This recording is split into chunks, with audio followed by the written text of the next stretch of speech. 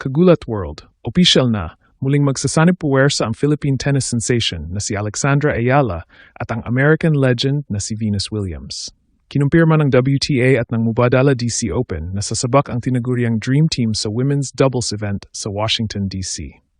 Ang main draw ay magsisimula sa July 27th at tatakbo hanggang August 10th, habang nakataktang ilabas ang draw sa July 25.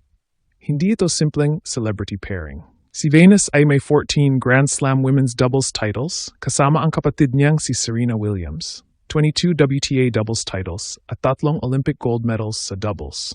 Samantala, si Alex ay kasalukuyang nasa career-high world number 28 matapos ang makasaysayang grass court swing at Wimbledon breakthrough. Unang nagtambal sina Venus at Alex noong June sa Bad Homburg Open. Agad silang nanalo sa kanilang opening match kontra Catherine Harrison at Alexandra Osborne, 6-3, 6-4, bago nagtapos ang kanilang kampanya sa quarterfinals laban sa second seeds na sina Teresa Mihalikova at Olivia Nichols, 6-3, 6-2. Pagkatapos noon, sinabi ni Alex sa social media na hindi niya inakalang magkakaroon siya ng pagkakataong makipaglaro sa isang icon tulad ni Venus at labis siyang nagpapasalamat sa mga natutuhan niya.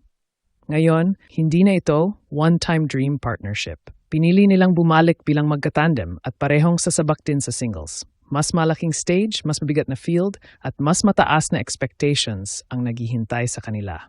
Kaya ang tanong, hanggang saan kayang dalhin ng experience ni Venus at momentum ni Alex ang kanilang partnership sa stacked WTA 500 competition na ito? Mga kababayan, kinulat na naman ni Alexandra Ayala ang tennis world dahil ang minsang tila impossible dream ay nagiging tunay ng partnership. Noong July 17th, inilabas ng Mubadala DC Open sa kanilang official social media account ang mensaheng Dream Team. Kasabay ng kumpirmasyon na locked-in na para sa women's doubles sina Venus Williams at Alex Ayala. Sinundan ito ng opisyal na WTA announcement noong July 18. Hindi rumor, hindi fan edit at hindi lamang wish ng mga Pilipino. Talagang maglalaro silang muli sa Washington. Napakalaking bagay nito para kay Alex dahil hindi pangkaraniwang pangalan ang kanyang makakasama. Si Venus Williams ay isa sa pinakadakilang tennis players sa kasaysayan. Bukod sa pagiging 7-time Grand Slam singles champion, may 14th Grand Slam women's doubles championships siya kasama si Serena. Nanalo ang Williams sisters sa lahat ng 4 na majors nang hindi bababa sa 2 beses at kumuha rin ng 3 Olympic gold medals bilang doubles team. Sa kabuuan, may 22 WTA doubles titles si Venus. Ibig sabihin, ang kapartner ni Alex ay hindi lamang sikat na legend. Isa siyang proven doubles master na nakaranas na ng pinakamabibigat na pressure sa sport. Pero hindi rin naman basta isinama lamang si Alex dahil sa kanyang pangalan o lumalaking fanbase. Ang 21-year-old Filipina ay kasalukuyang world 28 at galing sa pinakamalakas na grass court stretch ng kanyang career. Nagkampeon siya sa Birmingham WTA 125, umabot sa Berlin WTA 500 semifinals, at gumawa ng kasaysayan sa Wimbledon bilang unang Filipino na umabot sa 4th round ng isang Grand Slam singles event.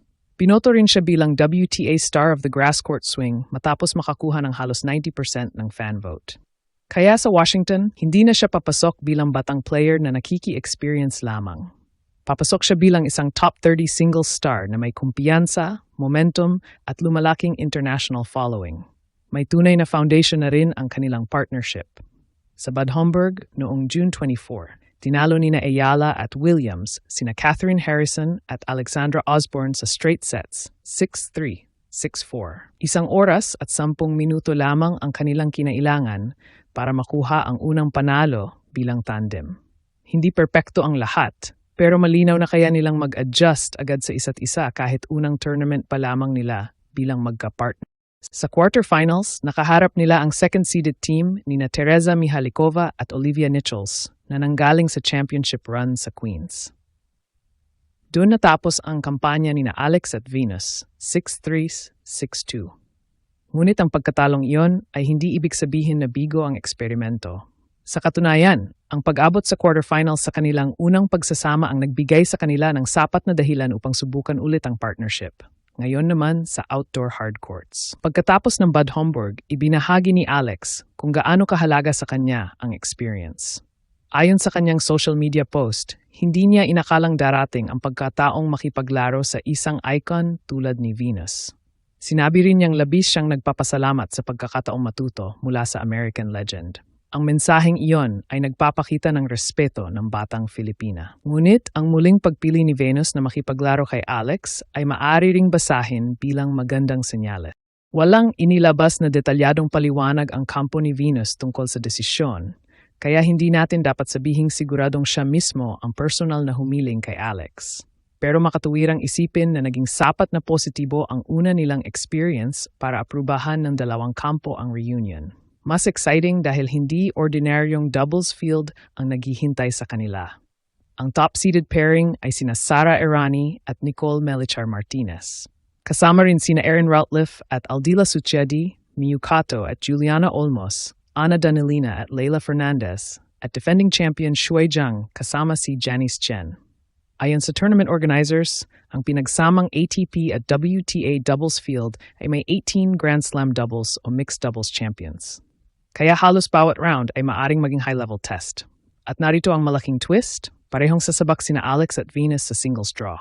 Ibig sabihin, kailangang mahusay ang kanilang scheduling, recovery at energy management. Para kay Alex, debut niya ito sa Mubadala DC Open.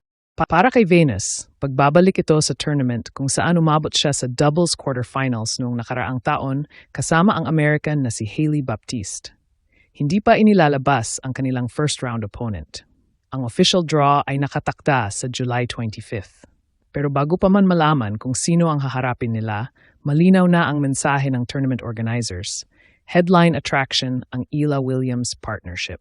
Sila mismo ang inilagay sa title ng official doubles field announcement kasama ng mga tambalang Francis Tiafoe, Nick Kyrgios at Ben Shelton, Diego Hidalgo. Sa larangan ng tennis, hindi lahat ng doubles pairing ay nabibigyan ng ganitong spotlight. Ang paglalagay kina Alex at Venus sa sentro ng promotional campaign ay nagpapakitang malaki ang interest sa kombinasyon ng isang global icon at ng pinakamainit na Filipina tennis star ngayon. Ngayon, ano ba talaga ang pwedeng asahan sa muling pagtatambal ni Venus Williams at Alex Ayala? Una, kailangan nating maging real. Hindi porket may legend at rising star sa isang side ng net ay automatic contender na agad sila sa titulo. Ang doubles ay nangangailangan ng communication, positioning, coordinated movement, at malinaw na division of responsibility.